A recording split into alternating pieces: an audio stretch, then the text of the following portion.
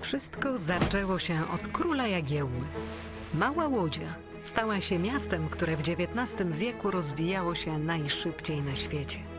W ciągu zaledwie 60 lat od powstania pierwszej manufaktury powstaje przemysłowa, wielonarodowościowa metropolia. Jednak wiatry historii nie zawsze jej sprzyjały. To, co zniszczył los, odbudowują łodzianie. Nasza Łódź. Miasto wielkich szans.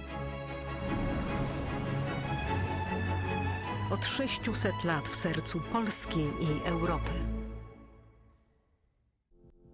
Jesteśmy Polakami. Jesteśmy niezwykłym społeczeństwem. Zawsze w obliczu wielkiego wyzwania potrafimy się mobilizować. Potrafimy stawić czoła wielkim wyzwaniom. Bo nie potrafimy stać obojętnie. Bo obchodzi nas bezpieczeństwo i przyszłość naszych dzieci. Bo wierzymy, że nadzieja zwycięża apatię, lęk i strach. Bo mimo wszelkich przeciwności nigdy się nie poddajemy. Potrafimy ciężko pracować, wspierać się i działać razem. Bo zależy nam na naszej ojczyźnie, naszym osiedlu, naszej ulicy. Bo chcemy naszych niezbywalnych praw i wolności. Bo nie oddamy naszych marzeń. Nadchodzi punkt zwrotny.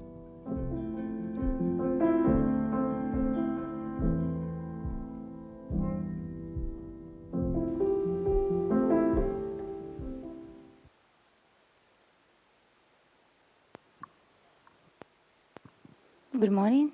Yeah. Good morning. I think we can start. Thank you very much for joining us here on Sunday morning. My name is Alesina. I'm from the European Liberal Forum.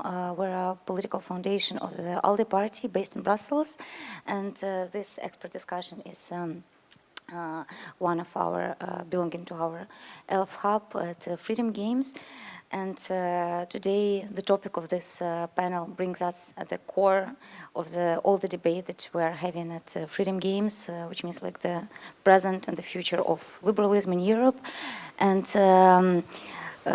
European Liberal parties are among the old political parties in Europe. They have been at the forefront of the liberalization of individual freedoms, of European integration, and all the good things which we have been enjoying, and all the benefits of it. My generation, the generations before and after me, will already take them for granted. And at the same time, we have a paradoxical situation that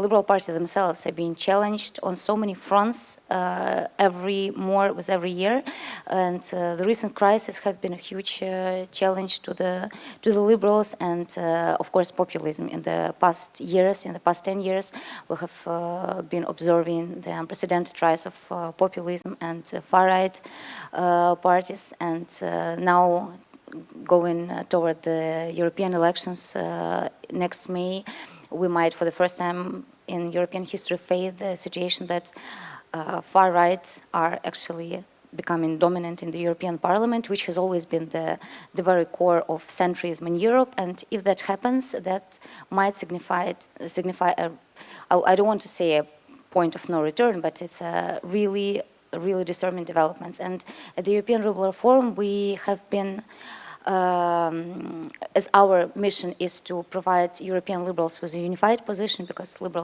liberalism means different things in different countries, and we, based in Brussels, we are working for providing liberals with a unified perspective on all the challenging topics, and populism probably is the most challenging topic. So of course, throughout the past year, we have held sessions, in-depth expert discussions with experts, with politicians, with intellectuals, communications experts, and trying to come up with a possible strategy for liberals for these elections and more long-term strategy. And today's session is a continuation of these debates. And we have a panel of very interesting combination of panelists, two politicians, two experts with academic background coming from 4 different countries, which have all very different experience with liberalism and the history of liberal parties. And we will be talking today about what makes liberals win, what makes liberals lose, and maybe we will try to exchange some of the lessons from national perspectives and try to come up with something which can be adopted on the European level, like the best practices, lessons from each other, and cheer each other up and unite our forces heading towards a very decisive moment in European history, I believe. So today with us we have Dr. Šárka Shoup. She's the executive director of the Institute for Politics and Society from Czech Republic. She's also a board member of European Liberal Forum. We also have Dániel Berg, who is vice president of the ALDE party and member of the Momentum party in Hungary. We have Maartje Schulz from the Netherlands. She's expert in economics and she used to work for 3 years in the liberal think tank affiliated with the VVD political party. She's also so she has a very precise, very classical liberal perspective on economic policies, and she's also the author of the Free Market for All book, which you can find at our ELF stand, one of our most popular publications. And also we have with us Antonina Majchrzak, young Polish politician from Lodz, from Łódź, who is also now running for the parliamentary elections, and she will represent the voice from Poland. And I'm very happy to have also like really young people with us, because it's the core of the liberal target audience these days, I believe. So I suggest that we start with a very general and a bit of a provocative question, which we had at the Liberal Forum throughout our expert debates. Do you think that liberalism is actually in decline? Because we have, again, 4 countries with very different experience, and this question might look, the way we see it from Brussels is one question. We see like a bit of an umbrella perspective, but we'd be very happy to hear how does it look from your country's perspective. I think we can go in the order in which I presented you. Šárka, please. Thank you very much. Good morning, still morning, everyone. Thank you for a kind introduction. It's a pleasure to be here. And thank you for a very nice question. I think that's very important. I am happy that actually the topic of this panel is a new European liberalism, because it's very interesting to think about like what is the old European liberalism and a new European liberalism. Just at the beginning, to answer your question, according to polls, yes, the liberals are like declining. Yeah, it's like we are more like in the defensive. Like according to the polls from Konrad Adenauer Stiftung, there's a prediction that in the next European elections we will have probably less mandates. Example from the Czech Republic, currently we have a conservative prime minister. One of the topic is the marriage for everyone.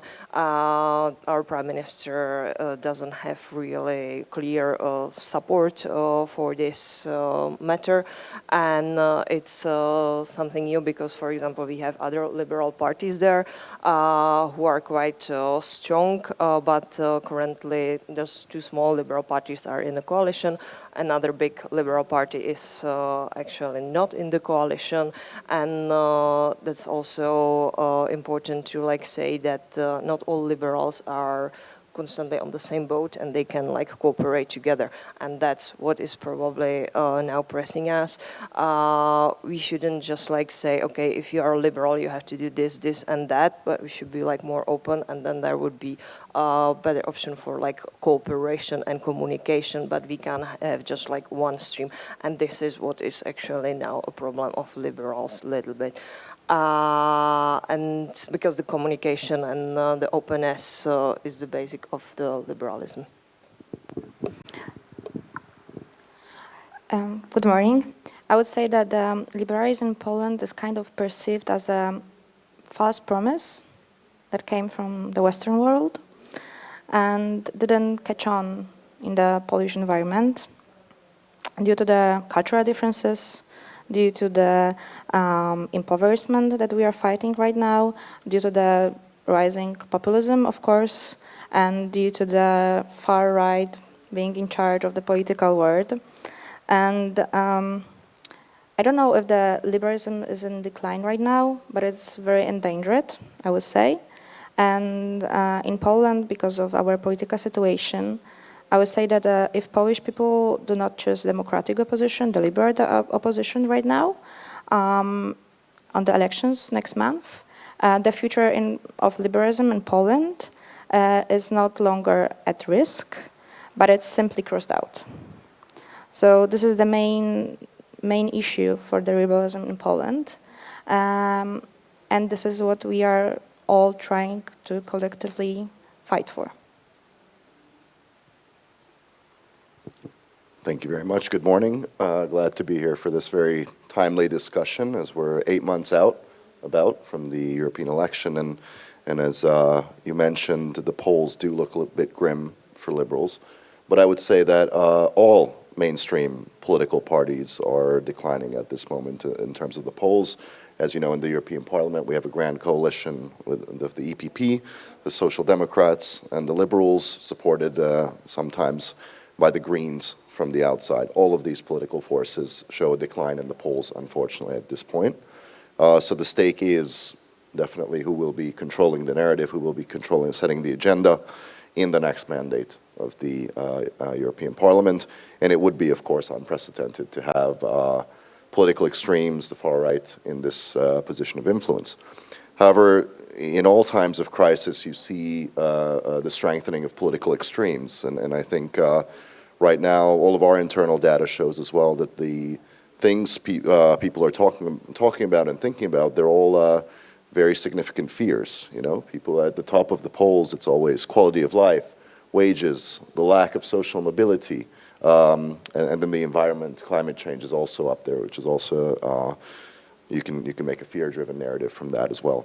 So I think the question is not if liberals have solutions. In my experience, liberals have a lot of solutions. The question is, how do they present them? Are we able to present them in a way that is relatable and a credible alternative to these fear-based, fear-mongering narratives that the far right, like my own country, Hungary, Viktor Orban and his colleagues are presenting? And are we able to be empathetic enough so that voters believe that, yes, we care about their problems and that we can solve them? Yes, to answer your question, if liberalism is in decline, I saw a graph from The Economist that showed that on a global level, political liberalism is in decline. It was actually a steep decline from 2008. So that's on a global level. And then we have also a cover story this week from The Economist. I'm not a representative of The Economist, but I like to read it. That they have a cover story about the rise in popularity of the hard right in Europe.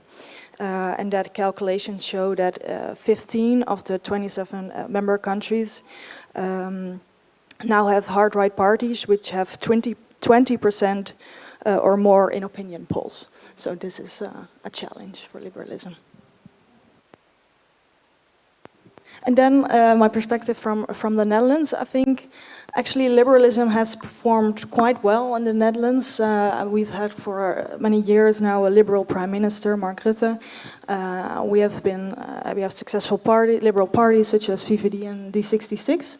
But now we have elections coming up end of November. And the polls are looking a little bit less great for those two parties than the elections before. So we also going to have challenges in the Netherlands in this regard, but it has been good for the past years. Thank you very much. You all touched upon the topics to which we will come back during the discussion. So it is already a very good outline of the geographical and ideational state of mind of the liberals across Europe. And indeed, I think what we can all agree on that the tendencies looks like it's in decline. The question is if it's a short-term tendency or a long-term tendency, if something that liberals can do to pick it up and to revert the tide with some adjustment, with some change of the narrative. And that was the conclusion which we had during our expert discussions, that for the liberals, it's not a question of policies, it's not a question of wrong approaches, it's a question indeed of communication, of engagement with the audience, and that might need indeed to be changed almost urgently, because that is exactly what makes liberals lose to populists who not necessarily suggest any viable solutions, but they are just better in engaging with their potential audiences. And that is something which I would like to start with you, Šárka, with this question. I know that you are dealing with the impact of crisis, and from economic perspective, from the perspective of the labor market. And the past couple of years, of course, have changed a lot for Europeans. Many crises overlapping, just the world looks completely different than it looked before the previous European elections. And I'm just curious to, what is your perception now on what has changed for Europeans in terms of their priorities, preferences, expectations, both within the liberal electorate and beyond, from Czech Republic perspective and overall? I think the main thing which we learned that we can't be so dependent on other countries, because when the crisis came, we were just like sourcing raw materials. We were just like, we just needed help from even China, and we were quite, or we still are kind of dependent on Russian gas. And we just learned that we have to more diversify our business, like production, not just in the Czech Republic, but generally in EU, because we should like cooperate more in EU, and if we can help like in the friendly mode way, it would be much safer for us. So this is one lesson which definitely Czech Republic learned and started to work on, and I think it's very similar in other countries of European Union. Yes, we had a high energy crisis, or big energy crisis, high inflation. Regarding the labor market, I think the Czech Republic is doing quite well. We didn't experience any like huge change. Yeah, okay, we had now we have more workforce from Ukraine, but there's nothing like that we would be taking our jobs or so on. They were like involved in our daily lives absolutely perfectly, and this is maybe a good example for other countries which we could give. Definitely labor situation. If you have, if you'd like to share a perspective on the same. Yes, I would definitely say that in Poland we have this problem that the liberal ideas are kind of perceived as outdated, because they are perceived as a part of the political elites that are no longer relatable to the young people and to the like most of the people. Because right now we are facing the huge change in the thinking of the politics. Even right now we are trying to communicate more with the people that are, maybe have different perspective than liberals have. That we have to start those conversations. That we have to listen more, listen to their problems. Maybe they are not as much concerned on the very high ideas, maybe more about the everyday life and everyday issues. But this is the point that we reached, that we have no longer any other option.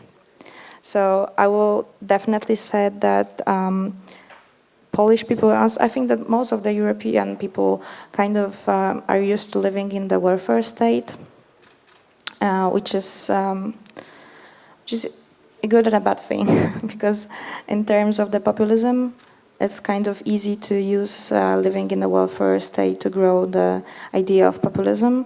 And this is what my party right now is dealing with, that even we are in a month to the elections and we kind of have a congress, and when we showed our program, and we somehow have to have similar propositions that the populists have, just to have any chance to win. So we're trying to combine all those liberal ideas with fighting with the populism and trying to be more down to earth and down to the people's problems. Thank you very much, Daniel. Actually, you mentioned also the cost of living crisis, and that might be one of these down-to-earth problems, especially for the liberal electorate. Actually, it's usually liberals are people who live with the perspective that if you work well, you will earn well. And nowadays, this main assumption can be challenged. And do you think there is a way to? Also, you have a very interesting perspective from Hungary. Did it work? Like, did the policies, liberal policies, work for the audience, which was overtaken by the authoritarian dominant narrative, and also like European perspective? You have a unique umbrella vision as a vice president of ALDE. What is the perspective from the? Yes, well, starting with Hungary, I think we have some of the similar challenges that Poland has in the perception of liberals. We had a larger liberal party that does not exist anymore. It was in government with the socialists after the democratic transition. And they had this same critique that it was this kind of old style, elitist, at times perhaps too neoliberal kind of positions that they took, and they slowly and steadily declined until they stopped existing. But my party was founded about 6 years ago now. So the first election we contested in was 2018, the national election, where we got about 3% of the vote. That's of course not enough to get into parliament because there's a 5% threshold. But at the European elections the year after, we got close to 10% of the vote. So I think you can definitely say that there is a receptiveness, there is a need for a liberal message, but it's really about how we kind of spread this message, because liberals tend to campaign by saying, look, here are the figures, here's the policy brief, here's the percentage points, you're all smart enough to put it together, right? This is good, right? Whereas that doesn't really work as well in practice. Maybe if I can also give a perspective from the Netherlands and what you see in the campaign now in terms of like the impact of the recent crises, let's say energy crisis, inflation rising. In the Netherlands, I feel like poverty and livelihood security, it hasn't been really a topic of political debate as much. But now with this election campaign, it seems to be really an important topic in the elections, and I think it's also important for liberals to care about these topics and to engage in these topics. And actually, Maartje, I want to ask you almost immediate follow-up question. As again, in contrast to other countries, you have. One of the big success stories of liberals was Mark Rutte being almost the face of one of the big faces of European liberalism, and now with him stepping down from the political arena, how can you assess, looking retrospectively, the importance of having a prominent figure and this personal charisma versus the more institutional approach towards indeed just like giving people the evidences, this is our policy, this is the evidence that they will work, or the combination of the two, what do you think? I think yeah, it did play a role that Mark Rutte he's just a popular person, charismatic person, popular leader, so that definitely helps this personal charisma. At the same time, I think maybe the success of the VVD, like the political party, I think it's a party that shows a lot of optimism, like an optimistic spirit, and also, in a sense, pragmatic spirit, showing that they want to provide solutions, common sense party. I think this has really helped in their success up till now. I remember you said that Mark Rutte was actually he was successful because he was relatable. Just cycling, riding a bicycle, and that's something I think which can be actually projected on the liberalism overall. It needs to be relatable. It's just, it has to find, liberals don't propose easy solutions, but it has to have an easy package at least, and which all comes down to also to educating the audience, because to understand the liberal approaches, the audience need to speak the same language, which is a very long-term solution, which is not something which can be done just ahead of the elections. Antonina, I would like to ask you also, because since we're speaking about new European liberalism, it also might overlap with new target audience, which is indeed, as liberalism was targeted at rather wealthy older people. What is your perception now with the... Yeah, we definitely need a redefinition and change our thinking in case of the reaching the target audience, because as you said, the liberalism is associated with the people from the 90s, with the elites, political elites, especially in Poland. And let me be honest, in Poland, being in a political elite and being associated with political elites from the 90s, it's not a very good association. And when we are talking about a different target audience, we are thinking about the youth. And when you want to reach out to youth, you have to be relatable. You have to be authentic.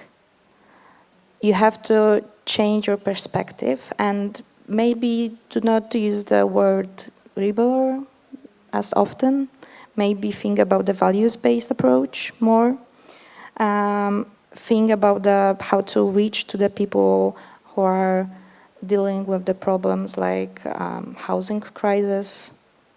Like in Poland, we have a crisis when it comes to the education, about the social issues, about the politics, and how to be more close to the people and to know their problems, and do not come from the position that I know it all and I will show you how to live and how to build a better future.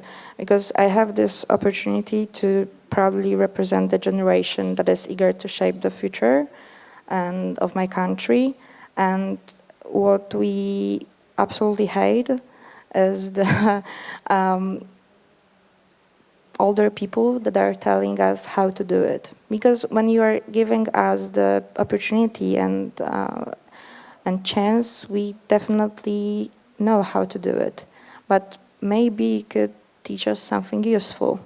And also that this is what the liberals should do, is to maybe try to educate more, maybe help the future leaders and the young people to grow, maybe share their know-how and experience, and maybe try to not be in the position of being, I know it all and I will show you. I think that this is the clue right now. Yeah, it looks like the losing strategy. This I know it all, lecturing, and but this is indeed difficult to step out of this paradigm, because it has worked for such a long time, but now times are changing so quickly and readjustments are needed on all possible fronts. And actually, Daniel, I would like to ask you, there's indeed, speaking about rebranding of liberalism, and the word liberalism itself, which is indeed in many parts of Europe, apart from maybe low countries, it is often considered almost an insult. For a good reason or a bad reason.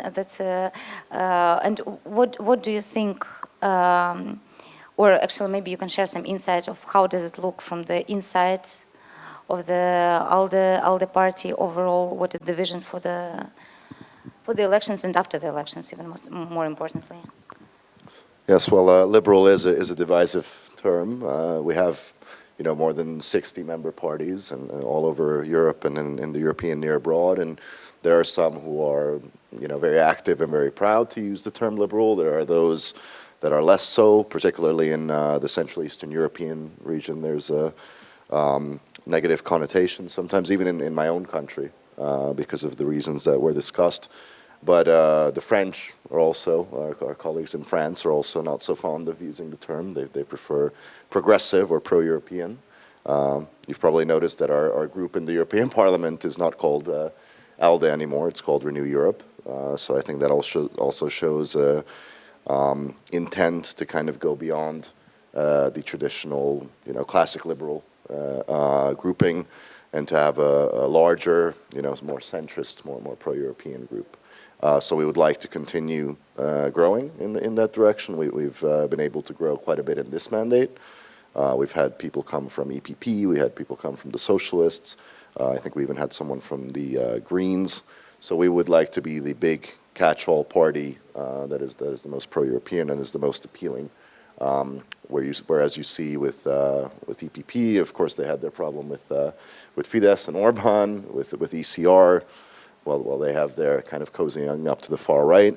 So we do see a lot of people who are, more interested in the political mainstream, hopefully gravitating in that direction.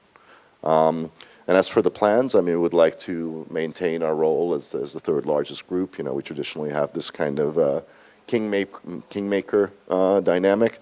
And the numbers do show that if we can hold those numbers, then again, it will be the Liberal group that makes the kind of difference between how the majority breaks. So hopefully that is something we can continue with. And actually, this kingmakers strategy is something which is very similar throughout all the national parliaments and being projected to the European parliaments. There's somehow a similarity of liberals don't need to be big to make a difference, but there is also now what I think is changing.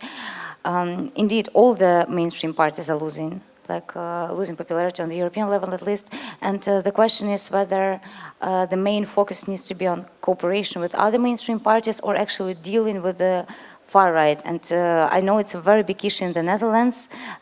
This is like one of the main questions of for a country which is so used to be in the mainstream of all the open-minded ideas. How does it look from the? Well, it's an interesting situation right now in the Netherlands because there are two, let's say, relatively new parties. One is a party for farmers and citizens. And we have someone that came from the Christian Democrats and now he has his own party. And he... What do you say? People like him because he has a strong sense of integrity, and he always asks tough questions to the government, and so people like him for his character. And then also with the movement for farmers and citizens, Caroline van der Plas is her name. She really speaks in this common language, common sense type, authentic type of way, which also appeals to a lot of people. But I would say these two relatively new parties, they're not so much on the extremes. So maybe I think liberal parties could also work with these two parties. So maybe actually these two new parties, they how do you say, they can maybe prevent that the far right parties become really big, because people that are a bit doubting where to go, maybe they go to these two new parties. Although I do hope that most voters go to the liberal parties, of course. But this is actually a very good observation, because I think it's part of the core issue that we are still functioning within some extreme cases aside, but we are still functioning within the liberal discourse. And within this discourse, which has been taken for granted, liberals have almost nothing to sell. And that's a very tricky thing, how to reappropriate the discourse, how to say that this solution is actually liberal, because very often populists they are now good populists, even looking at Meloni in Italy. She's not as, on the surface, she's not that radical as we would imagine, even Marine Le Pen. She doesn't shock anyone with some crazy ideas, although the policies can still be crazy at the end. And that's something which is this liberalization of populists, of far-right movements, and actually that can be, on the one hand, indeed, as you said, a prevention of radicalization, but also it can be a tricky thing when we lose out of sight how the whole discourse shifts to the right. And that's exactly what might be happening in the European Parliament. And Šárka, also, I have a question to you. What do you think behind the success stories? Because, for example, Slovakia Czech Republic and Slovakia used to be part of the same country, and this situation was completely different. In Slovakia, it's quite a deteriorating situation. And what do you think was the key difference between?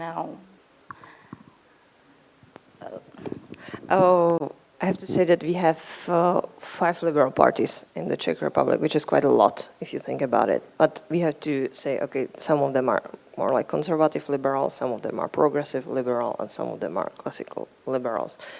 The strongest ones are the classical liberals, and they are just dealing, well, like everywhere, like with these populistic issues.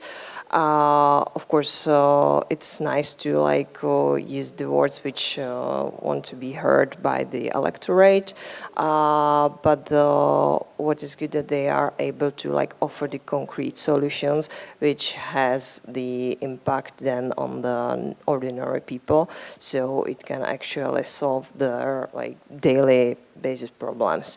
And thanks to so many liberal parties, there is quite a big discussion.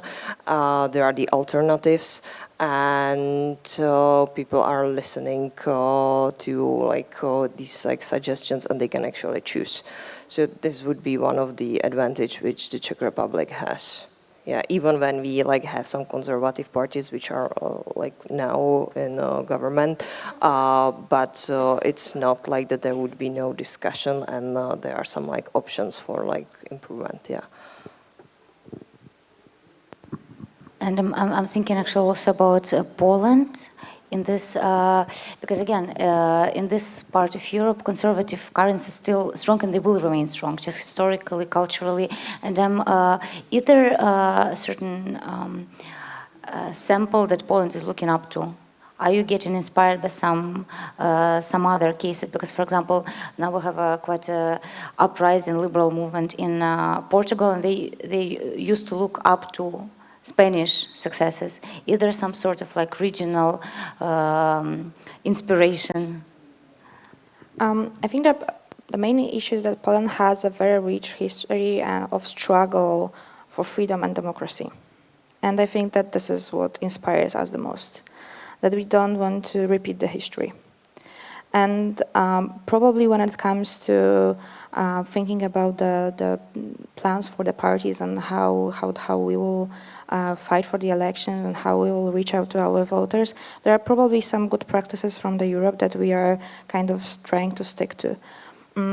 But to be honest, I don't know which country right now we are trying to be like them. But I think that the main issue that we are right now dealing in Poland when it comes to liberalism and when it comes to spreading the liberal values is that for the past years there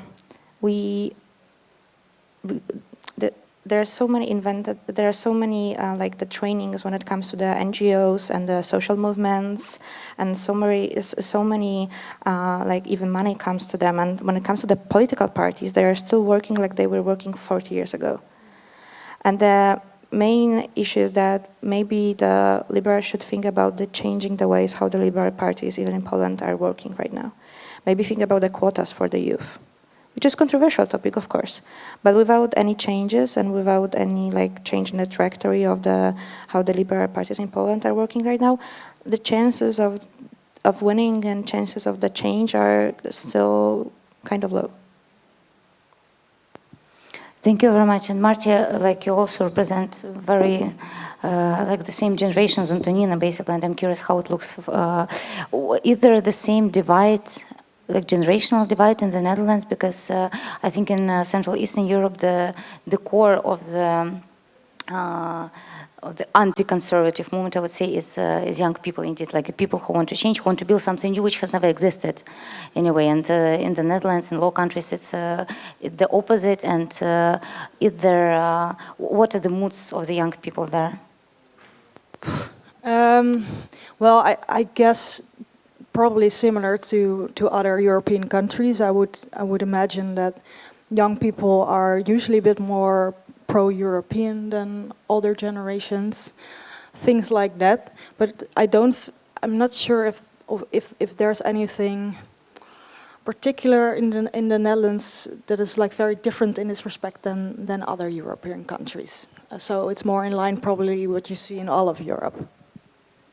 I think actually European card is becoming has been a big part of actually what appeals to the electorate of the liberal parties, and actually something which needs to be strengthened in the future, because they just present a complete alternative to just not thinking in national terms that much. Yeah.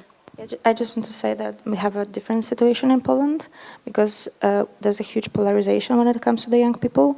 Because on the one hand, we have like those people who are very close to the European values, and because we were mostly born in the European Union. I was 7 when we joined the European Union, so I don't remember the times without the European Union. Poland being in the European Union, but also we have a very huge group of the radicalized youth, very close to the far right, that are spreading the values of living the European Union, of the Polexit. And we have a huge polarization on that. Because there is a tricky situation that right now in Poland, very far right use the social media, use the TikTok to reach out to the young people. So that's why they're having so much of voters, potential voters. And when it comes to the liberals, they didn't use that opportunity that much, because they're still stuck to the very classical ways to reaching to the voters, not the modern ones. So they didn't reach out to the young voters. And we are trying to catch up on that. But due to the problem that we don't have that much young politicians that are from liberal parties, it is, it's a very like strong problem and very wide, I will say. Thank you very much. Just also wanted to tell the audience that we will have a chance to get questions from you. So, in principle, yeah, we can. Hi, I'll make it very quick. My name is Ricardo. I was very privileged, in fact, to be in one of the workshops that the European Liberal Forum organized on this new liberalism. I'm going to piggyback on something that Šárka said, which is this tension between the old and the new liberalism. And I'm going to make a quick point, and then I'll ask a question, because I think we're talking about this in the edges, which is, of course, we need to be understanding, we need to talk with people, we need to listen. That is all fine. But on the other hand, I'm a little bit afraid that we also be missing something really important. And actually, our colleague from Poland was just mentioning that. This week, a study came out, 30 countries, the population between 18 and 35, only 57% of the respondents believe that democracy, it's the best way of governing. I repeat, 57% of the respondents said that. Now, my question is, and I'm always lucky that I have a microphone in my hand when Leszek is here. Leszek, congratulations again for a tremendous freedom game. Because yesterday, during the opening session, I saw the average age of the people in the machine hall. And I'm not going to say that we should hammer young people in the head, because that's not a way to work. And here's my question to you, Dániel. Could we be missing an opportunity of being too mushy, which is something that also liberals are accused to, too soft, and not explaining to these people, do you know what authoritarianism means? Do you know what it means to live in dictatorship or in the Soviet system? So how do you straddle that line? What do you think?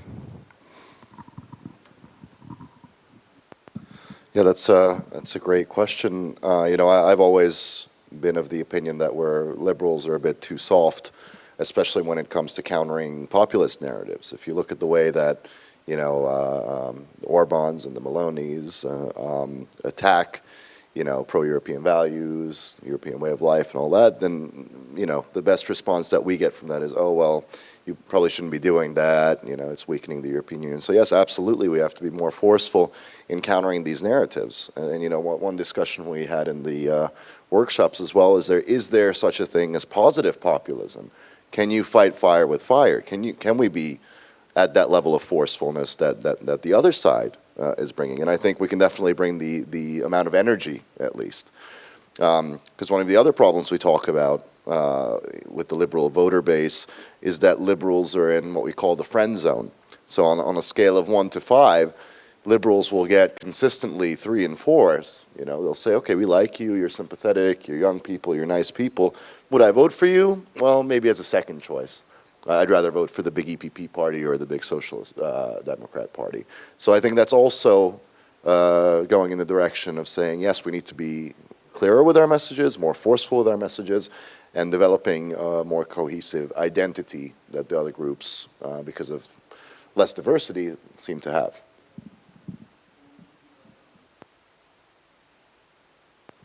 Yeah, I would just like to say, because I see we have only like 10 minutes left, and I think we talked a lot about elections, campaigns, strategies, and so on, but I think it's also important to think about this topic of new European liberalism on a bit more fundamental and philosophical, dare I say, level.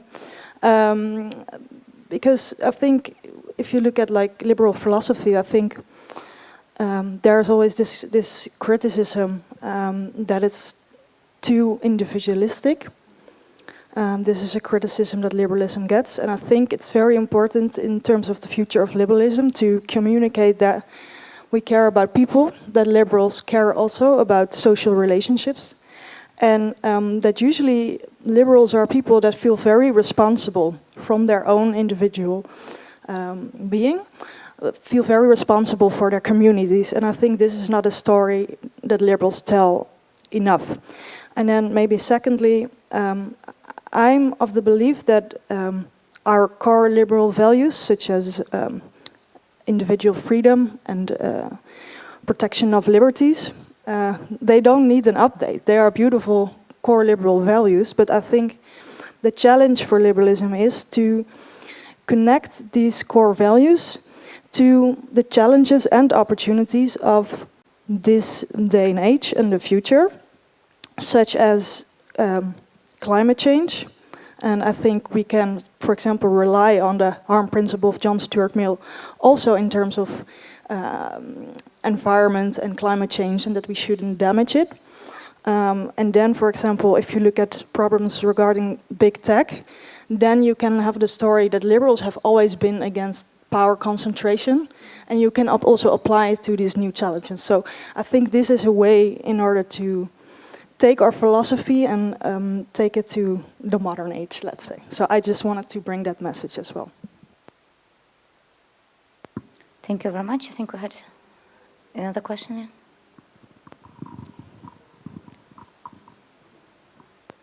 Yes, thank you very much, Laurens Verhinke from the European Liberal Forum. No, just my question is here because I usually hear that you know, we have to tackle the narratives of others. We have to tackle like how should we answer to the narratives of populists and actually authoritarian figures. But usually what I do here is like you're actually playing them in their cards. You're playing their game on their terms. My question is, what is our narrative that we have to give? Not just to be an alternative or an answer to them. No, we have to be the better alternative. What is our narrative to be the better alternative than populists and authoritarians? This is the core of the question, indeed. How not to fall into the frame, but how to have our own. I think that's an easy and a hard question at once.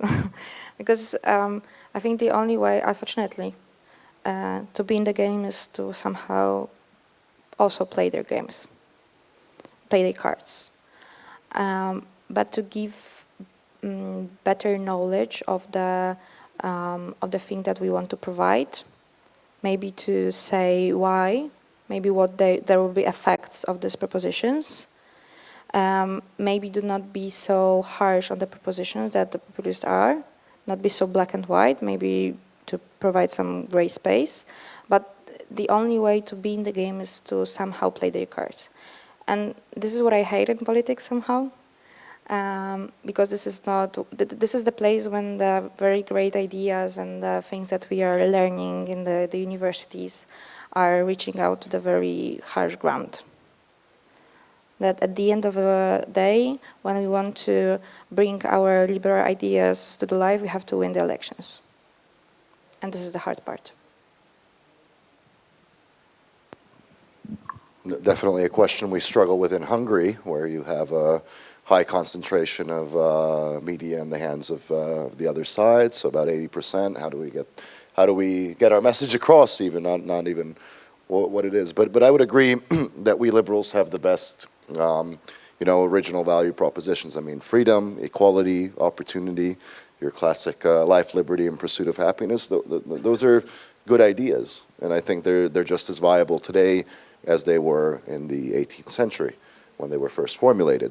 The question is, how can we make them relevant for a person in their everyday lives without remaining at the level of abstraction? You know, I think we tend to talk too much about the, you know, big principles, the capital V values, instead of talking about what this means for a person in their everyday life. What does the European Union mean for you in your everyday life? What benefits do you get that you can feel, you know, other than the fact that we like having a European identity, but also being able to travel, being able to start a business that can be immediately across countries.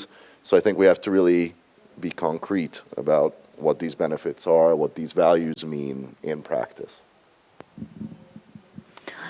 This is it basically sums up the whole point of looking ahead for liberals. And one very interesting insight, which we also got during our expert debates, was the use of fear, because it's one of the biggest strategies which populists are using, and thinking whether liberals can actually learn something from populists. We're talking about the use of fear, but in a reverse sense, showing to people what they can lose. Because again, many of the things which we enjoying today are the things which couldn't be taken and shouldn't be taken for granted. And actually that can be part of reversing the narrative and showing what would happen if the European Union didn't exist? What would happen if you didn't have that, if you didn't have that? And that's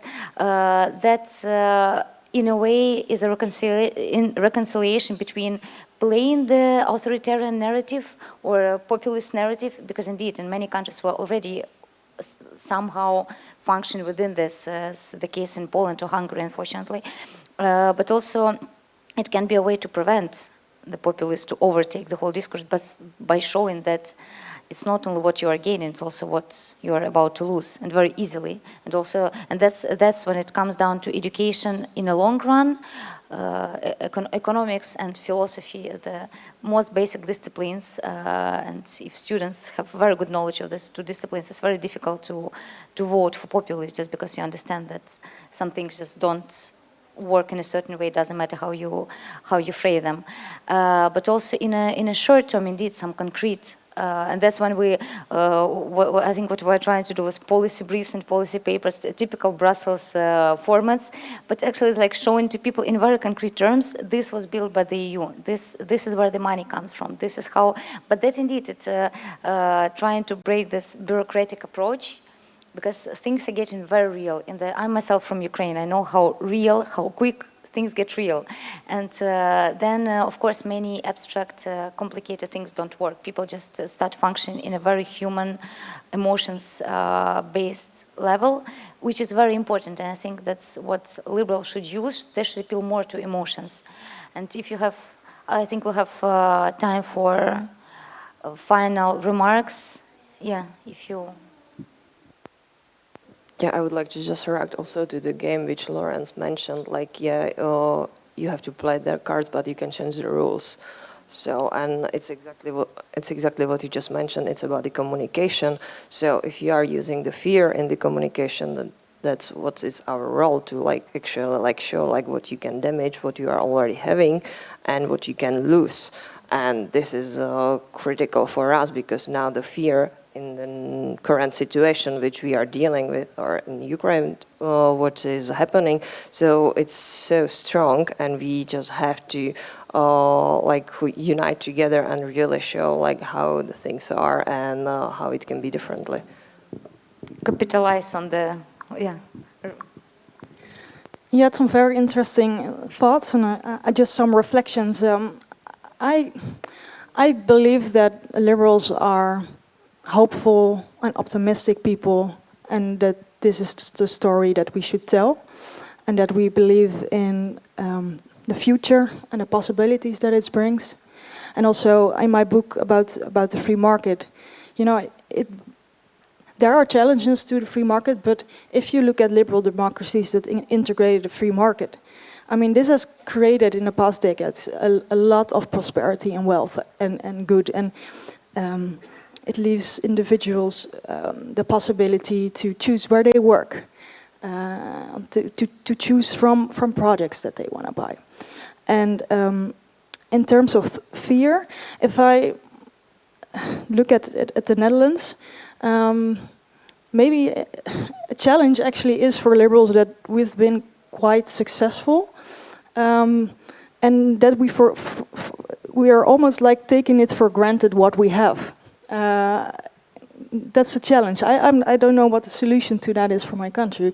How do you present a strong narrative when you...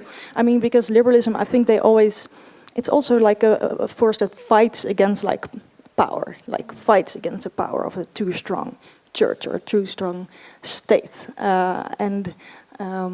What is it that we fight for then in the Netherlands in terms of liberalism? I think that is a really challenging question.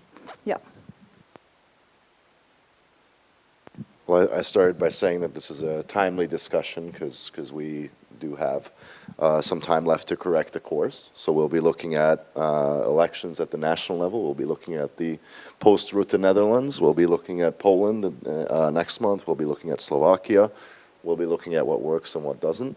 But when we're looking at or thinking about what we can lose, we should also be mindful about the results that we had in this mandate. I mean, you usually criticize the European Union for being slow and inefficient and more concerned with the shape of bananas than anything that has any practical effect. Whereas in this mandate, you know, we had the response to COVID, the response to Putin's aggression, the Green Deal. So that is also at stake. We want to keep going forward. So I just want to quickly say that I believe that the future of the liberalism lies in our hands, in our voters' hands. And I also firmly believe that the principles of the liberalism can help us to achieve more prosperous and inclusive Poland. And I hope for that.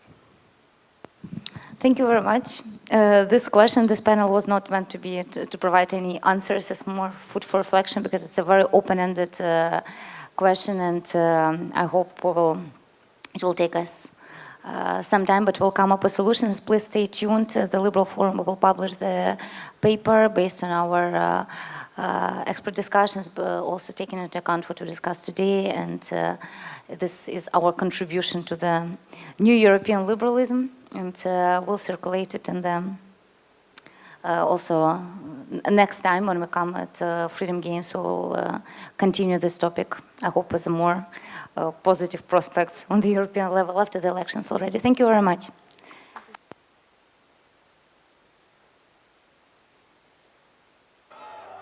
It's not always easy to recognize. It may look like this, or like this. It may be a burden, but it is a responsibility that we embrace nonetheless. But if it means this for one person and this for someone else, maybe it ultimately means being there for one another. It isn't handed to us, but we know where to find it and how it feels,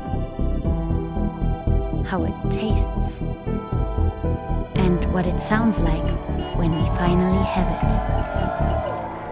It means different things to different people, but for many, it means everything. And if we all fight for it, it will eventually bring us together.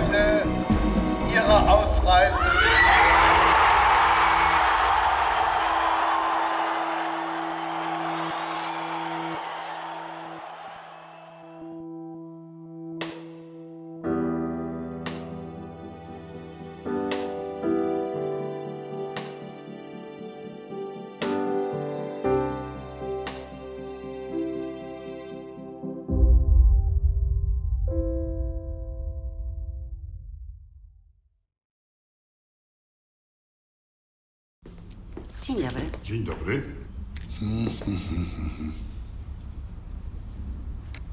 Pan Zbigniew Hołdys.